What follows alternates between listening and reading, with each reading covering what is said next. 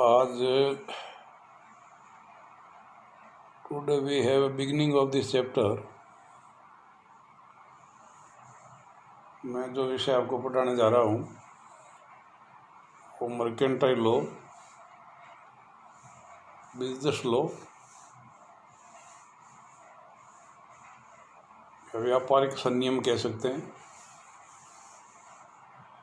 दिन प्रतिदिन के जो भी ट्रांजैक्शंस होते हैं, लेन देन होते हैं, व्यवहार होते हैं, उनको वैधता का जामा कैसे पहनाएं, स्टैट्यूटरी बाइंडिंग जो है वो कब लागू होगी। वैसे ये जो कॉन्ट्रैक्ट एक्ट है ये एक सामान्य प्रकृति का अनुबंध है। इसमें सारी बातें, टर्म्स एंड कंडीशंस जो भी पक्षकारों के बीच में सहमति बनी है, यदि किसी दूसरे एक्ट का कोई खंडन नहीं हो, विरोध नहीं हो, तो ये तय की गई बातें कारगर तरीके से लागू होगी।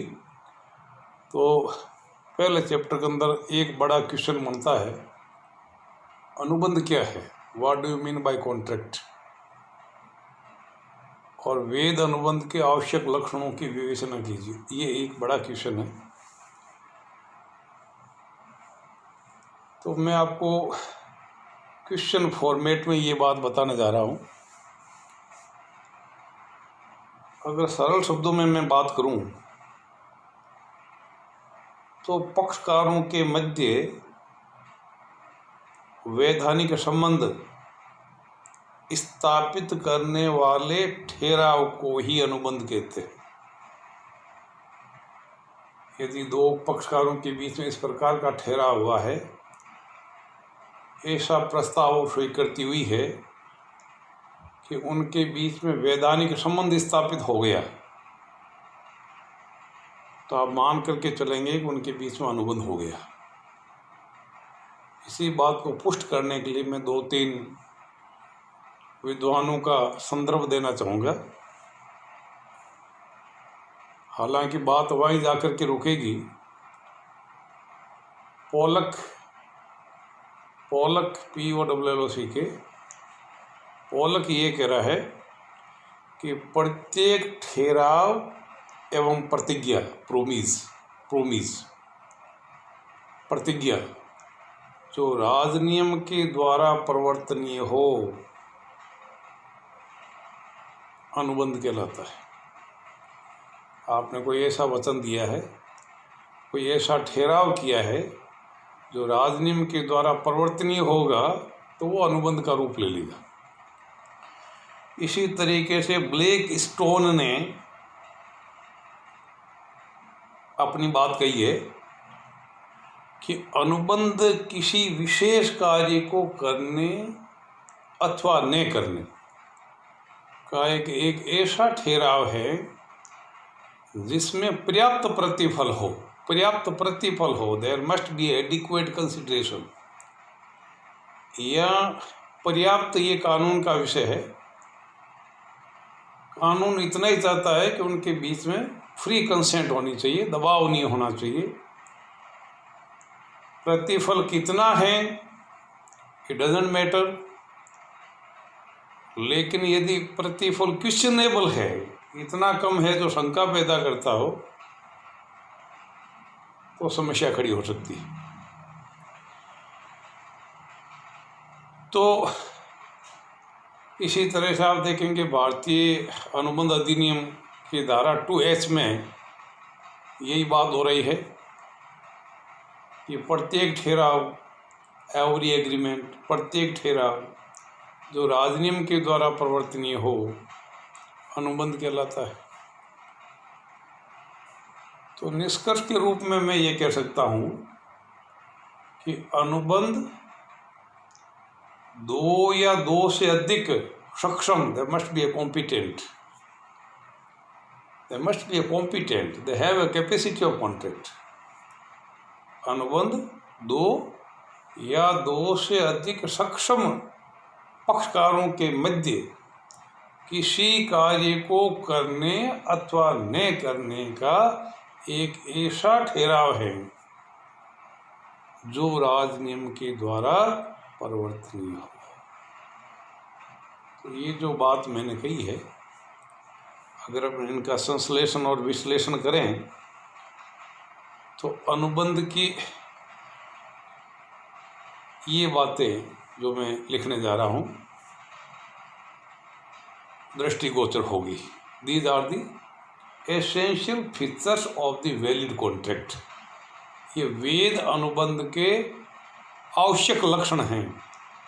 यदि ये रिक्विजिटीज, ये आवश्यकताएं, ये बातें अगर पूरी होगी तो वो जो वचन हैं, वो जो ठहराव हैं, वो जो बातें हैं, वो अनुबंध का रूप ले लेगी। तो क्रमशः मैं आपको एक एक चीज़ बता रहा हूँ।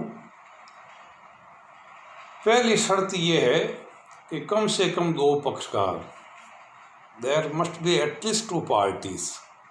It may be more than this, ज़्यादा भी हो सकते हैं, लेकिन कम से कम दो पक्षकार होना चाहिए।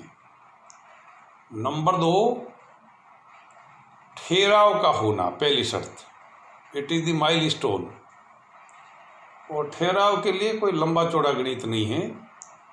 प्रस्ताव जब स्वीकृत हो जाता है तो ठहराव का रूप ले लेता है। मैं समीकरण के रूप में बात करूं तो ठहराव बराबर प्रस्ताव प्लस स्वीकृति, दैट्स ऑल।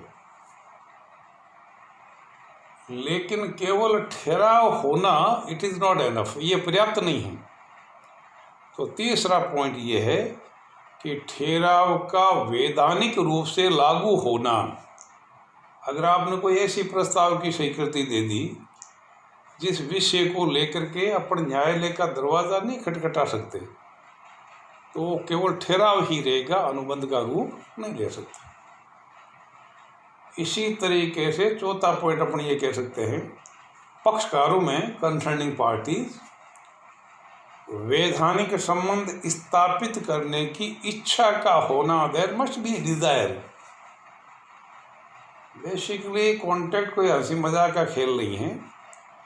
उनकी इच्छा भी होनी चाहिए कि हम स्टैट्यूटरी रिलेशन एस्टैब्लिश करने जा रहे हैं। जैसे मैं आपको एक एग्जाम्पल साइट करूंगा। बालफोर बनाम श्रीमती बालफोर, दोनों ब्रिटेन के निवासी है, श्रीलंका में सेवारत थे। छुट्टियों के दौरान जब ब्रिटेन गए तो श्रीमती बालफोर की तबीयत बिगड़ गई। छुट्टियां खत्म हो रही थी। श्री बालफोर ने श्रीमती बालफोर के सम्मुख प्रस्ताव रखा कि आप यहीं स्वास्थ्य लाभ ले लीजिए, मैं आपको निश्चित धनराशि प्रतिमाह भेजता रहूँगा। ये वचन दे करके और श्री बालफोर श्रीलंका अपने काम पर आ गए। थोड़े टाइम के बाद में उसने पैसा भेजने से मना कर दिया। श्रीमती बालफोर ने श्री बालफोर के विरुद्ध वादा खिलाफी के लिए वाद प्रस्तुत किया। और जब मामला कोर्ट के अंदर चला तो न्यायालय ने निर्णय दिया कि ये पति पत्नी का मामला है। जिस समय श्री बालफोर श्रीमती बालफोर को ये बात कही थी, तब आपका मंतव्य वैधानिक संबंध स्थापित करने का नहीं था। That's why it is null and void. इसी तरह से हम आगे बढ़े तो हम कह सकते हैं सहमति का होना। There must be a consent. सहमति कब होती है? when both the parties are agreed upon the same subject matter with same sense। जब दोनों पक्षकार एक ही विषय पर एक ही भाव से सहमत हो तो उसे सहमति कहेंगे। एक्स वाई से घोड़ा खरीदना है।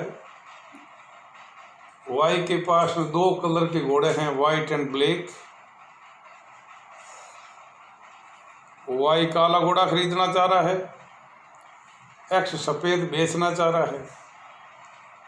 दोनों पक्षकार एक ही विषय घोड़े पर उसी भाव से सहमत नहीं है, तो कानून कह रहा है कि सेक्शन 13 के तहत ये सहमति नहीं हुई। मैं इसी बात को आगे बढ़ाते हुए धारा 14 की बात कहूँगा कि मियर कंसेंट इज नॉट एनफ, केवल सहमति पर्याप्त नहीं है, सहमति स्वतंत्र होनी चाहिए। It must be A free consent. और स्वतंत्र सहमति तब मानी जाती है जब निम्नलिखित कारणों से प्रभावित न हो। When your consent, when your acceptance, it not influenced by these causes, these grounds। क्या है? सेक्शन 15 है उत्पीड़न, कोर्सन जिसको अपन बोलते हैं। सेक्शन 16 है अनुचित प्रभाव, अनड्यू इन्फ्लुएंस। सेक्शन 17 है कपट, फ्रॉड। सेक्शन 18 है मिथ्या वर्णन, मिस रिप्रेजेंटेशन। और सेक्शन 20 से लेके 22 है गलती, मिस्टेक। यदि इन कारणों से आपकी अगर सहमति प्रभावित होगी तो it is not free consent.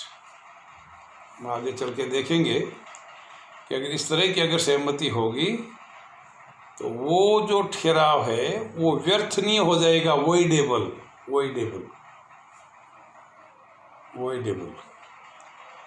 और वॉइडेबल ठहराव वो होता है जो एक पक्षकार की इच्छा पर परिवर्तनीय होता है, लेकिन दूसरे पक्षकार, दोषी पक्षकार की इच्छा पर नहीं। इसी तरीके से अवैध प्रतिफल और उद्देश्य नहीं होना चाहिए। There must be a valid objective and consideration.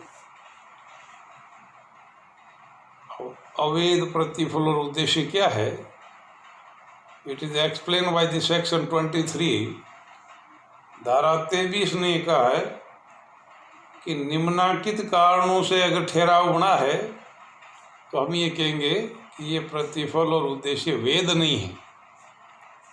जैसे नंबर 1, राजनियम या कानून के द्वारा वर्जित कार्य को करना, an act which is forbidden by law. दूसरा, कोई भी ऐसा कार्य जिसको हम स्वीकृति दे दें तो कानून के नियमों को निष्फल कर देगा। जैसे पैसे के बदले में बच्चे को गोद में लेना, या पैसे देकर के जमानती उपलब्ध करवाना। इसी तरीके से कपटपूर्ण कार्य, किसी को धोखा देने का कार्य, किसी व्यक्ति अथवा संपत्ति को हानि पहुंचाने वाले ठहराव, अनैतिक सेक्सुअली असॉल्ट, और ऐसे ठहराव जो जननीति या लोक नीति, पब्लिक ओपिनियन के विरुद्ध हो, अवैध है, वो अवैध है। इसी तरीके से जो व्यक्ति अनुबंध करने जा रहे हैं, they must have a capacity of contact. उनमें अनुबंध करने की क्षमता होनी चाहिए। यदि क्षमता नहीं है और उन्होंने अगर कोई वचन दे भी दिया, उसका कोई अर्थ नहीं होगा। It is totally meaningless exercise. धारा 11 में लिखा है कि निम्नलिखित पक्षकार ऐसे हैं जिनमें अनुबंध करने की क्षमता नहीं है। नंबर 1, अवयस्क। नंबर 2, अस्वस्थ मस्तिष्क का व्यक्ति, a person of unsound mind. और तीसरा, ऐसे पक्षकार जिनको राजनियम ने अनुबंध के अयोग्य घोषित कर दिया, disqualified by the law itself. इसी तरीके से एक कैरेक्टरिस्टिक ये है कि स्पष्ट रूप से व्यर्थ घोषित ठहराव नहीं होना चाहिए।